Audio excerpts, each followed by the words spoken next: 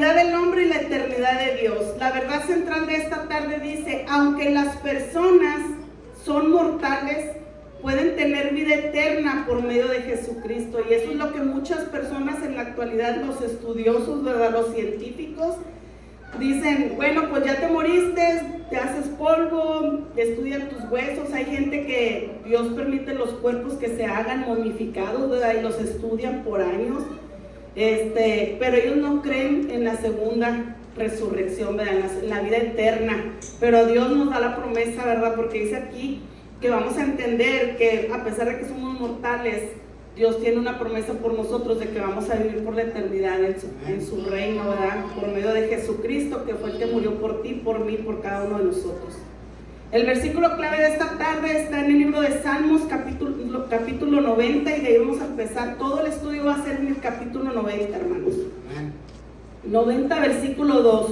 Ese es el versículo clave de esta tarde, y está muy bonito. Cuando a veces lo leemos nomás la primera vez, no le entendemos, y yo tuve que leerlo 2, 3 veces y escucharlo, porque me gusta también poner la Biblia en audio, porque ya el que lo está leyendo te lo hace más pausado, ¿verdad? Y ya lo vas entendiendo un poquito mejor. Dice: antes que naciesen los montes y formases la tierra y el mundo, desde el siglo y hasta el siglo, tú eres Dios. Ahí el salmista, este salmo, hermanos, lo escribió Moisés. Dice que era una oración que le estaba haciendo a Jehová. Y ahí él está reconociendo que antes de que se formasen los montes, todo el mundo y todo lo que usted puede ver alrededor, dice que él seguirá siendo, a pesar de los siglos, dice que él sigue siendo Dios, nuestro Dios. Esta tarde, hermanos, vamos a examinar el contraste de las escrituras entre la vida humana, que es tan frágil y temporal, con la existencia eterna de Dios. Apreciaremos la importancia de establecer prioridades personales de acuerdo con los valores divinos que se extienden más allá de este mundo temporal. A veces en este mundo, hermanos, como estamos viendo tan aprisa, ponemos atención en cosas vanas. Esa es la atención que nosotros le ponemos en las vanidades. Entonces aquí Dios quiere que pongamos atención, pero en lo que viene, en lo futuro, en lo celestial. Dice: estableceremos una práctica regular de alabar a Dios por su don de la vida eterna, que es lo que hemos estado aprendiendo desde que empezamos el libro de los Salmos, estudiar los Salmos, ¿verdad?, que nos enseña que no nomás es de levantar nuestras manos y darle gracias a Dios, sino al momento de que tú alabas y glorificas el nombre de Dios, es porque le estás dando reconocimiento y el valor de lo que Él ha hecho en cada uno de nosotros. Y eso es lo más importante, ¿verdad?, que reconozcamos día a día que sin Dios no somos nada nosotros. Dice aquí el libro, el Salmo 90 es una verificación de la realidad para los seguidores de Dios. En sus versos se nos recuerda nuestra propia mortalidad y la naturaleza temporal de esta vida. El salmista también nos recuerda la eternidad de Dios. Antes que naciesen los montes y formases la tierra y el mundo, desde el siglo y hasta el siglo, tú eres Dios. Claramente las cosas que deberían importarnos a nosotros son las que le importan a Dios. Al estudiar estos versos, piense en sus prioridades. Pídale a Dios que lo ayude a contar nuestros días y mantener una perspectiva eterna. Esa tiene que ser nuestra perspectiva, como nuestra meta, el que nosotros queremos llegar ante Él, ¿verdad?, ser agradables ante Dios, y que para que al final seamos aprobados. Vamos a comenzar en el libro de Salmos, capítulo 90, y vamos a comenzar en el versículo 1 y 2. Dice la palabra de nuestro Señor Jesucristo, dice: Señor, tú nos has sido refugio de generación en generación.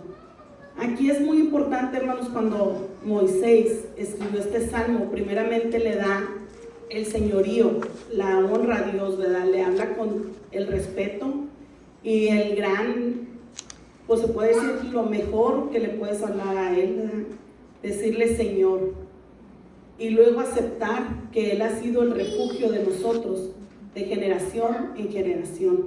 Porque si usted se pone a mirar el pasado, desde su mamá, desde su papá, sus abuelos, los papás de ellos, si tú te pones a escuchar lo que ellos platican, lo que atravesaron, hay mucha gente que tiene como voy a poner como ejemplo nuestro hermano Coronado, que su mamá ya tiene 90 años, ya va a cumplir, ¿verdad? 90 años, primeramente Dios.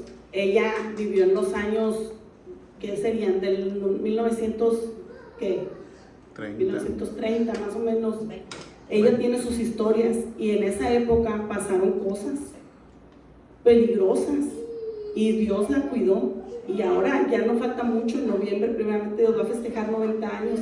Ya quisiéramos nosotros, ¿verdad?, llegar a esa edad y verla a ella, porque nosotros quedamos sorprendidas y le decimos a Alejandro, y tu mamá todavía está bien fuerte, porque usted la mira y ella todavía camina, la señora y todo, y usted se mira cómo es, como nos dice aquí, que Dios ha sido nuestro refugio de generación en generación. Ahora ya ella no nomás miró a sus hijos crecer y hacer su vida, sino ya están sus nietos y ya tiene bisnietos. Entonces todo eso es la gloria de Dios, ¿verdad?, del cuidado que tiene de cada uno de nosotros. El número 2 dice: antes que naciesen los montes y formase la tierra y el mundo, desde el siglo y hasta el siglo, dice, tú eres Dios. Esto nos recuerda, hermanos, de que siempre tenemos que tener en mente, ¿verdad?,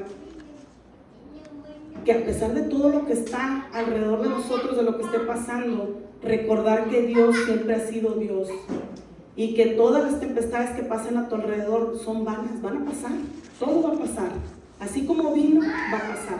Claro que vas a sufrir, claro que te va a doler, claro que vas a batallar, pero nos dice el Señor, yo soy tu pronto auxilio, ¿verdad?, en la tribulación. Solamente que nos pide el Señor, reconocerlo, aceptar que nos hace falta, porque hermanos, créanme que a veces de tanto que tenemos, que Dios nos bendice, se nos olvida quién nos lo provee. Y es algo muy importante que le pasó al pueblo de Israel cuando fueron sacados, rescatados de las manos de los egipcios, que ellos vivían en la esclavitud. Y dice aquí, porque ya cuando usted tenga tiempo, usted lea en su casa el capítulo del libro de Números 13 y 14. Cuando Jehová sacó al pueblo de Israel de Egipto, les voy a dar un pequeño resumen. Cuando Jehová sacó al pueblo de Israel de Egipto, en promesa de la tierra que les dijo él que fluía leche y miel, era Canaán, al cual duró 40 años para que ellos pudieran llegar. Y dice el libro que no estaban tan lejos, que podían haber llegado en meses, pero por la desobediencia, hermanos, fue que ellos se tardaron 40 años en llegar. Y dice aquí que por la desobediencia que tuvo el pueblo, Jehová antes de eso, para saber por qué se tardaron 40 años, dice que Jehová le pidió a Moisés que enviara a hombres para que reconocieran ellos la tierra, para que fueran a mirar. Y cuando fueron esos hombres, dice que entre ellos iba Oseas, hijo de Non, que le puso el nombre de Josué, y Caleb. Esos dos nombres son muy importantes porque dice que iban más con ellos, ¿verdad? Pero son muchos nombres que vienen en la Biblia, por eso le digo que usted en su casa los puede leer. Y dice que cuando les pidió que trajeran una prueba de ahí, de esa tierra, dice que trajeron un racimo de uvas y trajeron granadas, y dice que también trajeron higos. Y ellos se tardaron 40 días en ir y venir para traer esa prueba, y que cuando la trajeron, pues ellos también les dijeron que la tierra sí en realidad fluía leche y miel, y que la tierra era fértil y que tenía ciudades fortificadas. Dice que los hijos de Anac y Amalek, Elateo y Jabuseo, Amarreo, dice que habitaban ellos, y que unos habitaban en el monte, y el cananeo dice que habitaba en el mar y la ribera del Jordán. Dice que en eso Caleb incitó al pueblo a que fueran para allá, para que pelearan contra ellos, porque decía que a cabo ellos iban a pelear y iban a poder entrar al reino de Canaán, pero ellos estaban brincando antes de que Jehová les dijera que ya podían entrar. Entonces dice que eso lo hizo molestar a Jehová, y dice que en eso Moisés les dijo que no, que se calmaran, y también Josué y Caleb le dijeron que se esperaran, que todavía no pasaran. Pero cuando Jehová se molestó porque ellos querían ir para allá, los castigó. Y dice que la gloria de Jehová se presentó en el tabernáculo de la reunión, donde estaban todos los hijos de Israel. Y dice que él, donde estaba molesto, que les dijo que así como ellos se habían tardado 40 días, en haber ido y regresado, dice que ahora cada día se iba a convertir en un año para que ellos llegaran ahí. Entonces ahí fue cuando ellos conocieron la ira de Jehová.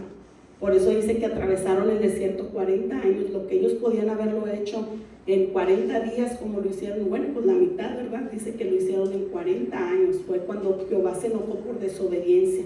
Pero antes de eso dice que murieron todas las personas que habían ido, nada más quedó vivo Josué y Caleb. Bueno, entonces a eso, hermanos, es lo que nos están refiriendo el Salmo 90 al comienzo, porque dice que este Salmo 90 Moisés lo escribió haciendo una oración hacia Dios, pidiendo, bueno, déjenme les aclaro algo, en el capítulo 14 del libro de Números, cuando Jehová estaba molesto, dice que el que intercedió fue Moisés, y él le decía que no los matara, que porque había a los egipcios, al saber que Jehová los había rescatado de ahí, dice, van a hablar de ti, van a decir Jehová que iba enfrente de ellos y que iba delante de ellos como una nube en el día y que en la noche se aparecía como fuego para que pudieran ellos avanzar. Dice, van a decir que el mismo Jehová los dejó morir en el desierto. Y fue cuando Jehová tuvo complacencia al oír las plegarias de Moisés, y dijo él que estaba bien, ¿verdad? Que no los iba a matar a todos, pero sí dijo que esa ira que él tenía iba a pasar de generación en generación, porque él se había molestado mucho, ¿verdad? Donde no habían obedecido la palabra de él. Entonces aquí, hermanos, es muy importante que nosotros tenemos que tener en cuenta que a pesar de las pruebas difíciles por las que estamos pasando, no nos levantemos en contra de Dios, no te adelantes a que Dios tenga un propósito para ti. Espera, siempre hay que esperar, ¿verdad? Y escuchar la palabra de Dios, porque a veces nosotros nos adelantamos, y si usted se pone atención, a veces las cosas no te salen como deben de ser. Y pues la verdad, yo no quisiera atravesar por ese desierto, ¿verdad? Porque en aquel entonces ellos pasaron por un desierto simbólico que era el sol, la tierra seca, donde no tenían agua. Pero nosotros ese desierto es cuando tú no sientes la presencia de Dios, y es algo bien difícil, es algo bien duro, que no sientas que Dios está contigo. Este salmo dice que se convirtió en una prueba difícil para Moisés de esos 40 años cuando vagaron por el desierto. Dice que en medio de esos días y años difíciles Moisés invocaba al Señor en busca de ayuda y aliento. Mientras buscaba a Dios, reconocía la necesidad de una nueva perspectiva, una que le diera enfoque a la vida, a las personas y su comprensión de Dios. Y eso en la actualidad, hermanos, todavía lo podemos seguir practicando. Cuando usted está atravesando por una situación difícil y si usted sabe que hizo algo mal en contra de Dios, Dios nos escucha y Dios nos perdona. Porque si perdonó a ellos, ¿verdad? Porque no le fueron fieles y le estaban desobedeciendo. Y más adelante vamos a ver más cosas que hicieron. Dios siempre va a escuchar tu plegaria. El Salmo 90, hermanos, lo dividieron en 3 secciones. Dice que la primera va a constar en estos 2 versículos, el 1 y el 2. El primero, pues como ahorita hablamos, ¿verdad? Que Moisés le estaba dando, en la oración invocaba el nombre de Dios. Le invocaba diciéndole Señor, Señor. Y le reconocía que Él era el gobernante de todo. Y así mismo nosotros lo tenemos que decir día a día. Y también en el versículo 2 damos la expresión de que Él sabemos y reconocemos de que antes de que nosotros existiéramos, Dios ya había existido y seguirá existiendo por los siglos de los siglos. Y sabemos que Él es sin principio y sin fin, que eso es lo que tenemos que aprender esta tarde.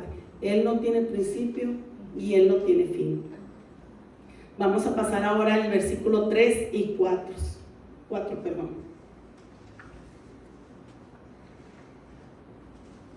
Dice, vuelves al hombre hasta ser quebrantado. Aquí, hermanos, yo no lo entendía mucho, pero nos estaba diciendo el libro. Dice, se enfoca en la mortalidad humana y la ira divina. Comienza afirmando que los asuntos de la vida y la muerte es prerrogativa de Dios. Y yo busqué la palabra prerrogativa, no la entendía. Y dice que es el privilegio que Dios tiene de quitar la vida. Él es el único. Él es el único que puede decir, hasta aquí terminaste.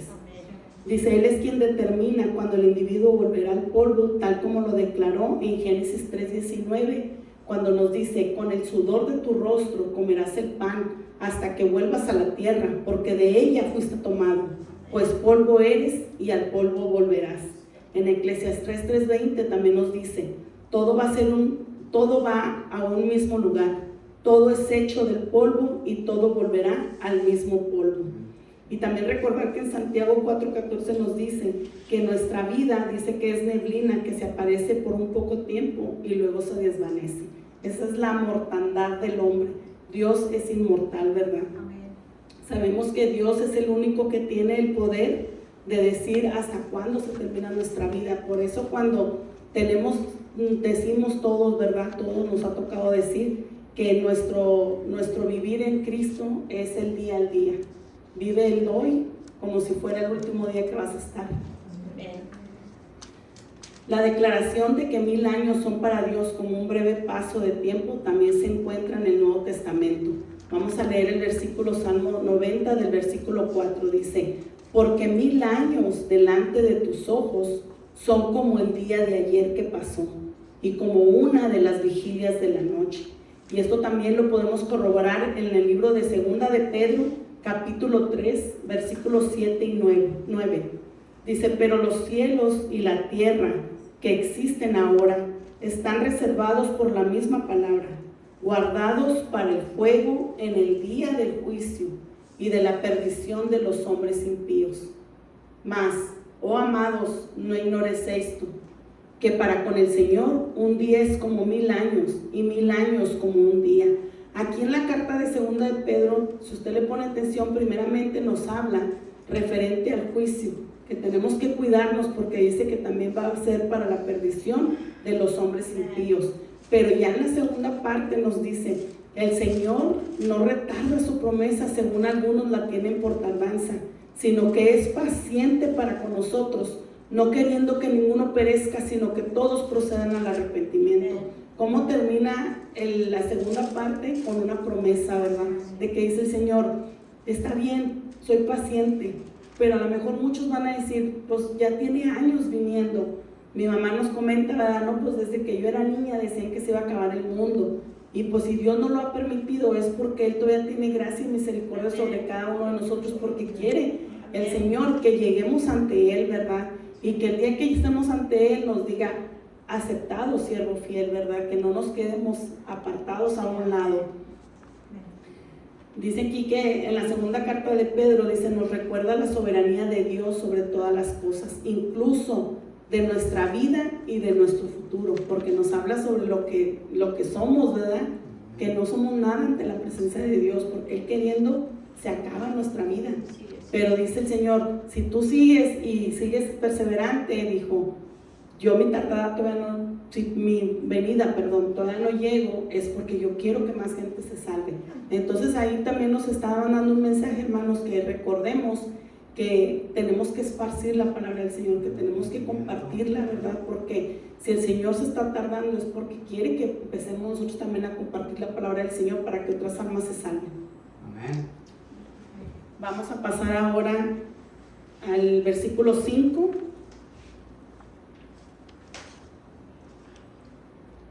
Y también, hermanos, denle valor a la palabra de Dios, siempre recordando y leyendo el libro de Hebreos, capítulo 4, versículo 12, cuando nos dice que la palabra de Dios es viva y eficaz, y más cortante que toda espada de 2 filos, y penetra hasta partir el alma y el espíritu, las coyunturas y los tuétanos, y discierne los pensamientos y las intenciones del corazón. ¿Qué significa? Que cuando usted presente la palabra del Señor, usted sabe que la que va a obrar es la palabra de Dios, no nosotros. Porque aquí bien claro Hebreos nos dice que la palabra de Dios es la que penetra hasta los tuétanos, ¿verdad? Dice que atraviesa y es la única que tiene poder. Versículo 5. Dice, los arrebatas como con torrente de aguas.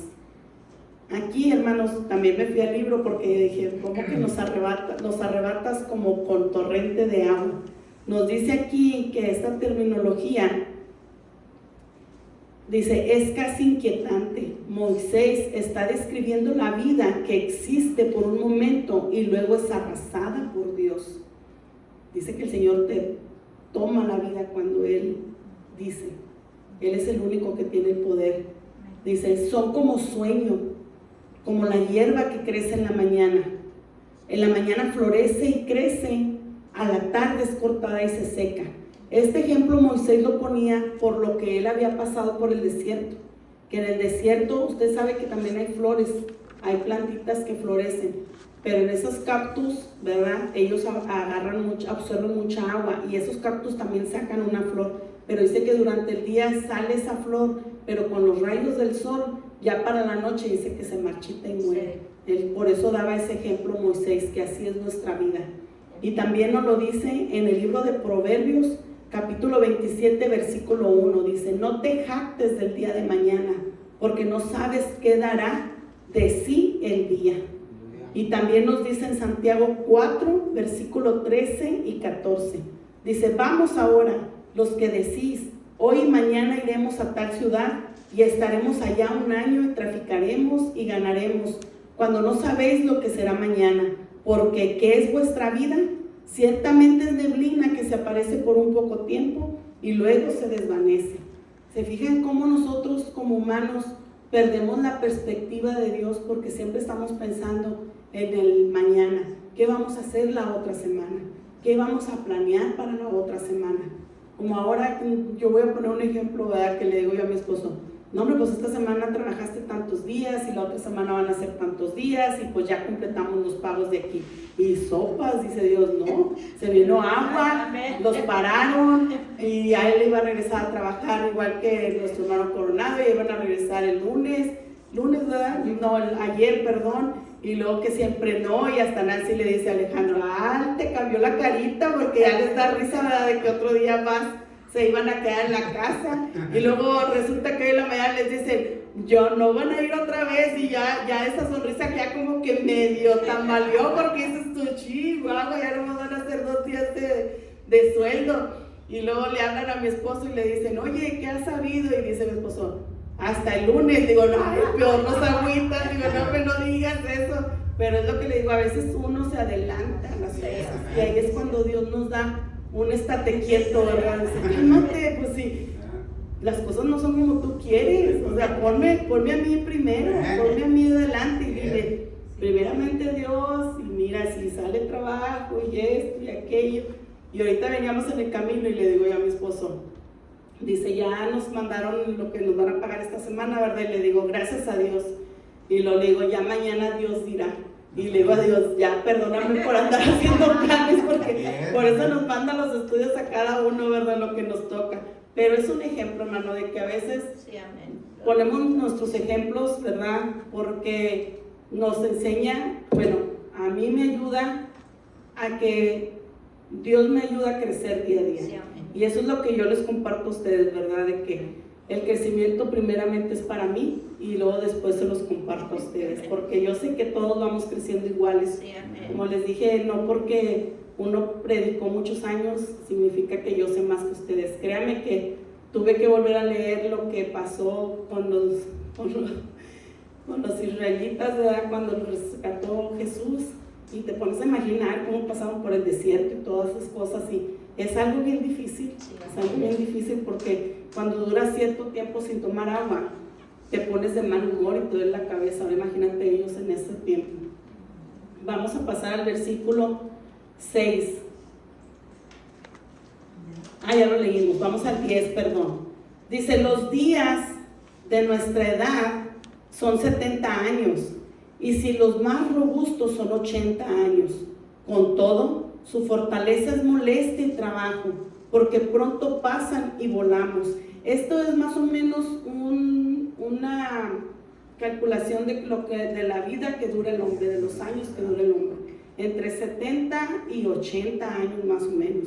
Ya los que Dios tiene gracia de ellos y los deja más tiempo, pues Dios sabe por qué, ¿verdad? Por eso era lo que hoy estábamos hablando, que Él es el único que decide, nadie más. A veces nos toma por sorpresa muertes de seres queridos que no queremos que se vayan, pero pues son decisiones que Dios tomó. Hay gente que no nació, hay gente que sí nació. Por eso dicen que lo único que tenemos seguro es la muerte, la vida no, porque hay veces que los niños no nacen.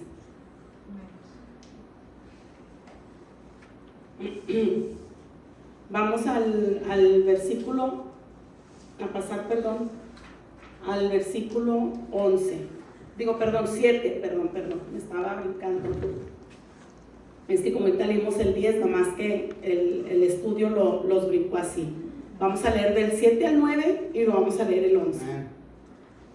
Dice, porque con tu furor somos consumidos y con tu ira somos torturados. Turbados, perdón. Es que se me mojaron los ojos. Por eso no leí bien, perdónenme.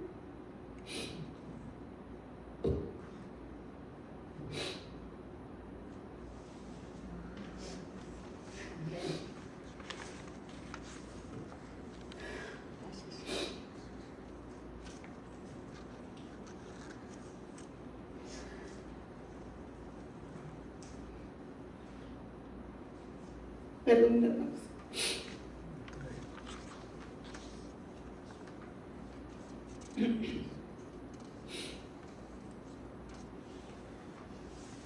Dice, en múltiples ocasiones el pecado de Israel había provocado la ira de Dios mientras viajaban de Egipto a la tierra prometida. Cuando usted tenga tiempo, puede leer en su casa el libro de Éxodo, capítulo 32 y el libro de Números 25. Aquí nos explica otra vez que hicieron enojar a Jehová los israelitas. En el libro de capítulo de Éxodo, capítulo 32, nos dice que el pueblo de Israel le pidió a Aarón que hiciera la escultura de oro, que ellos querían un Dios a quien ellos alabar, porque estaban impuestos en aquellos años, ¿verdad?, donde ellos estaban en el pueblo de egipcio, de que ellos querían ver a alguien quien los estaba guiando. Y fue cuando Moisés subió al cerro, ¿verdad?, cuando Jehová le habló para que le diera las cartas de los 10 mandamientos. Entonces dice que fue tanta la presión que tuvo Aarón, que les dijo, bueno, tráiganme el oro para poder hacerles una figura. Empezaron a hacer ellos eso, y dice que cuando ya crearon la figura, el becerro de oro, dice que empezaron ellos al siguiente día en la mañana, empezaron a lanzar y a alabar, y empezaron ahí a glorificar el becerro, ¿verdad? Y fue cuando Jehová se molestó y le dijo a Moisés, ándale, baja, dijo, porque ya el pueblo hizo esa escultura.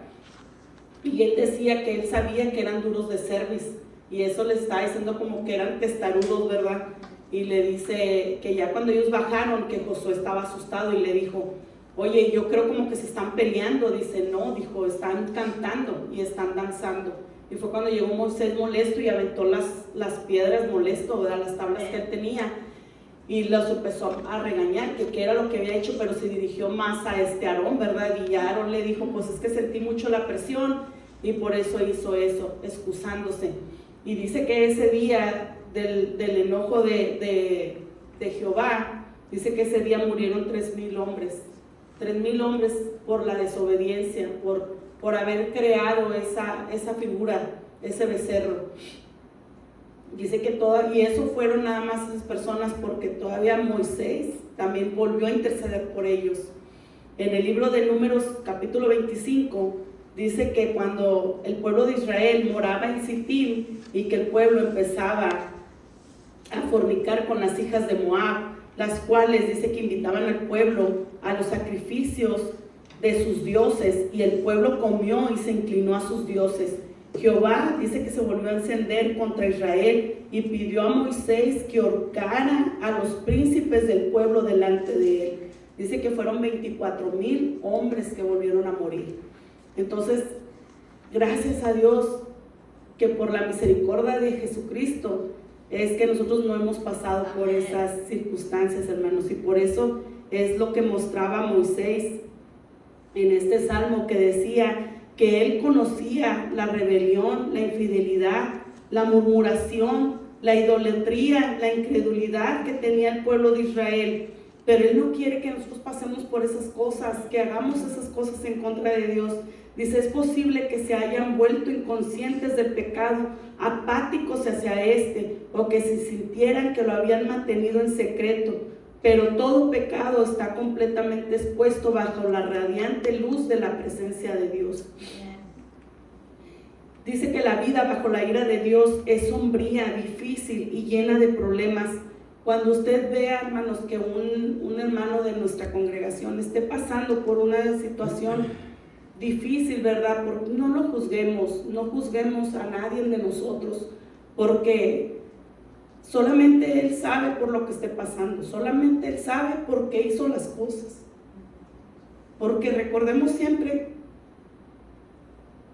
que el único quien es digno de juzgar es Dios. Nosotros no tenemos el poder de hacerlo. No tomes el papel de Dios y dale gracias a Dios que no estamos viviendo, ¿verdad?, bajo la ira de Dios.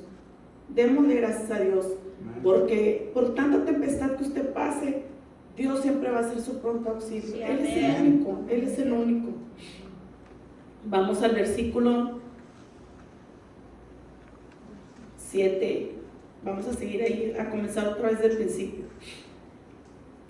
Dice, porque con tu furor somos consumidos y con tu ira somos turbados. Pusiste nuestras maldades delante de ti. Nuestros yerros significa que era la acción que nosotros hacíamos, que los hacían los israelitas cuando cometieron el mal. Ahí es cuando estaba Moisés hablando, dice, nuestras acciones, dice, a la luz de tu rostro. Siempre recordar que todo lo que nosotros hagamos mal, estamos ante la presencia de Dios, estamos ante los ojos de Dios. Por más que nos escondamos, Dios es el único que nos mira. Dice, porque todos nuestros días declinan a causa de tu ira. Acabamos nuestros años como un pensamiento. Aquí nos vuelve a recordar que el único que tiene el poder de quitar la vida es Dios. Nos vamos al versículo 11. Dice, nos hace una pregunta, dice, ¿quién conoce el poder de tu ira y tu indignación según que debe ser temido? ¿Quién de nosotros? Nadie. Y aquí el libro acomodó mejor la pregunta y dice, ¿quién puede entender la ira de Dios lo suficiente como para temerlo y reverenciarlo en medida en lo que Él se merece? Nadie. Nadie conoce la ira. En la actualidad, nadie conocemos la ira de Dios.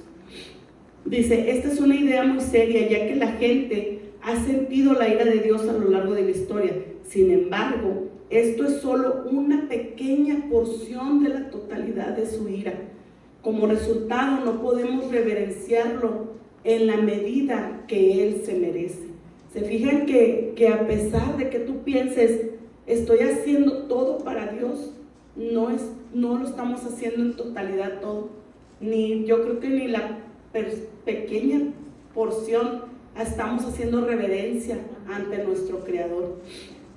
Y es algo que sí te pone triste y te conmueve, ¿verdad? Porque dices tú, tanto que Dios hizo por nosotros y ¿cómo le podemos pagar? Te pone ahí a examinarnos. Por eso ahorita al comienzo nos decía que era algo que nos íbamos a examinar cada uno de nosotros.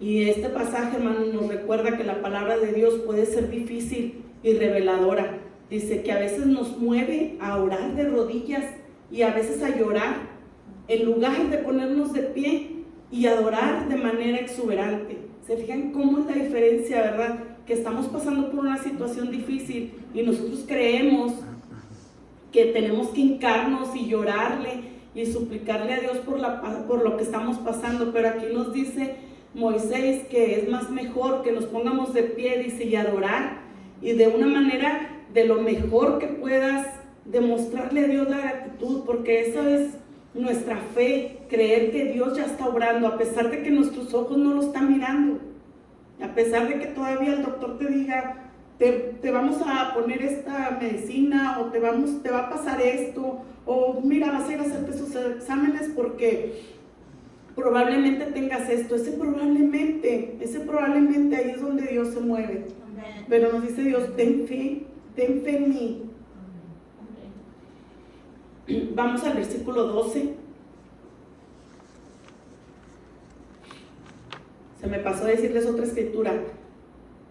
En Éxodo 34:6 dice aquí que Moisés, cuando dice, y pasando Jehová por delante de él, proclamó Moisés, Jehová, Jehová, fuerte, misericordioso y piadoso, tardo para la ira y grande en misericordia y verdad. Así es como nos dice Moisés, ¿verdad? Que cuando pases una situación difícil, levántate y levanta las manos y cree lo que Dios es el que se va a orar, y dale la honra y la gloria a Él como Él se merece, y dile al Señor, si es poco lo que yo te doy, enséñame a darte más. Eso es lo que tenemos que aprender. No quiere decir que la hermana Gina o el pastor esté mirando que te falte más. No, usted dígale a Dios, si me está faltando más, ayúdame a saber qué más puedo hacer, qué más puedo darte. Ay, enséñame, porque Dios te enseña. Dios nos enseña a cada uno de nosotros. Versículo 12 dice, enséñanos de tal modo a contar nuestros días, que traigamos al corazón sabiduría.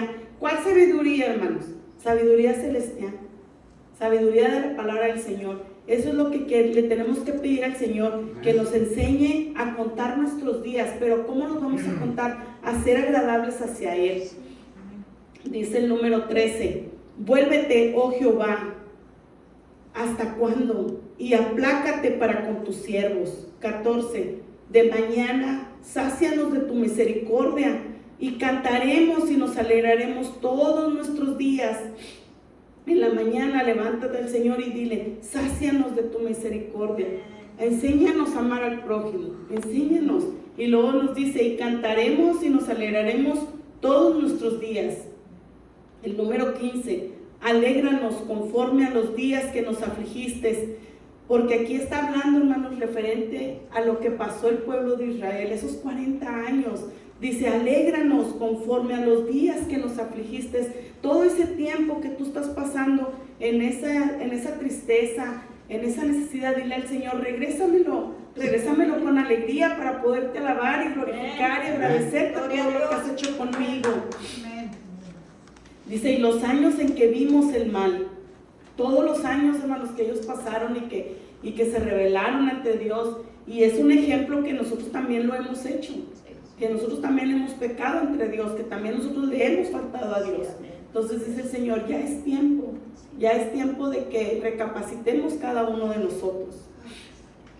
Dice el Salmo 90, el versículo 15, es una oración por la reversión total de la condición del pasado. Queremos que el Señor nos regrese todo de esa tristeza, pero que nos lo regrese en alegría, ¿verdad? En gozo.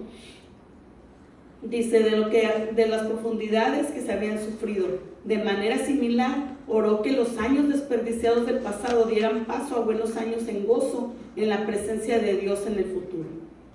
Y ya vamos a terminar con el versículo 16 y 17. Dice, aparezca en tus siervos tu obra, y tu gloria sobre sus hijos. Sea la luz de Jehová nuestro Dios sobre nosotros, y la obra de nuestras manos confirma sobre nosotros. Sí, la obra de nuestras manos confirma. Dice que esta oración del Salmo 90, dice, concluye con el deseo de saber que otra vez tenían una buena relación con Dios. El futuro sería difícil mientras viajaran por el desierto y finalmente entraran en Canaán. Necesitarían la ayuda y la presencia de Dios para tener éxito. Eran solo mortales, pero el éxito y la bendición vendrían si el Dios eterno estaba de su lado. Vamos a concluir con estas palabras. Dice, el Salmo 90 registra la oración de Moisés por la transformación de un pueblo, de estar perdido y enfrentar la ira a buscar la presencia de Dios. Así que no se sienta excluido, hermanos, si una vez usted se sintió perdido. Dice aquí la palabra que en el salmo que leímos hoy, que si usted busca el arrepentimiento con todo lo más profundo de su corazón y busca la presencia de Dios, Dios va a estar con usted. Dice, todos necesitamos esta transformación. Sin embargo, no es momentánea. Mientras vivimos en esta condición de mortalidad, debemos buscar a Dios diariamente, anhelando su presencia eterna. Y hay tarea en el libro que nos vamos a compartir esta tarde. Aprender a evangelizar cuando encontremos la oportunidad que Dios nos preste. Orar por los muchos que se encuentran en el camino hacia la presencia del Dios eterno. Orar con alguien que esté lidiando con la dolorosa realidad de la vida en un mundo mortal y temporal. Pedirle a Dios que traiga consuelo y esperanza a los que sufren. Dios me les bendiga grandemente. Amén.